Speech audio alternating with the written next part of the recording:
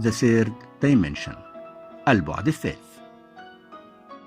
الضوء والألوان والحركة والعمق لها تأثيرات جمالية لصنع كادرات أكثر جمالا وتناسقا وتكوينا.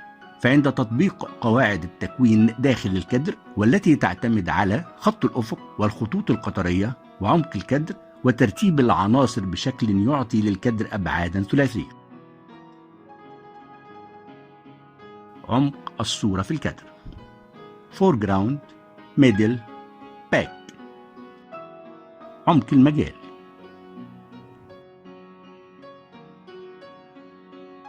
حدد أبعاد كادراتك بتطبيق قواعد الأبعاد الثلاثية، وذلك من خلال زوايا الكاميرا وترتيب العناصر داخل الكادر. Dutch angle. الزاوية المائلة: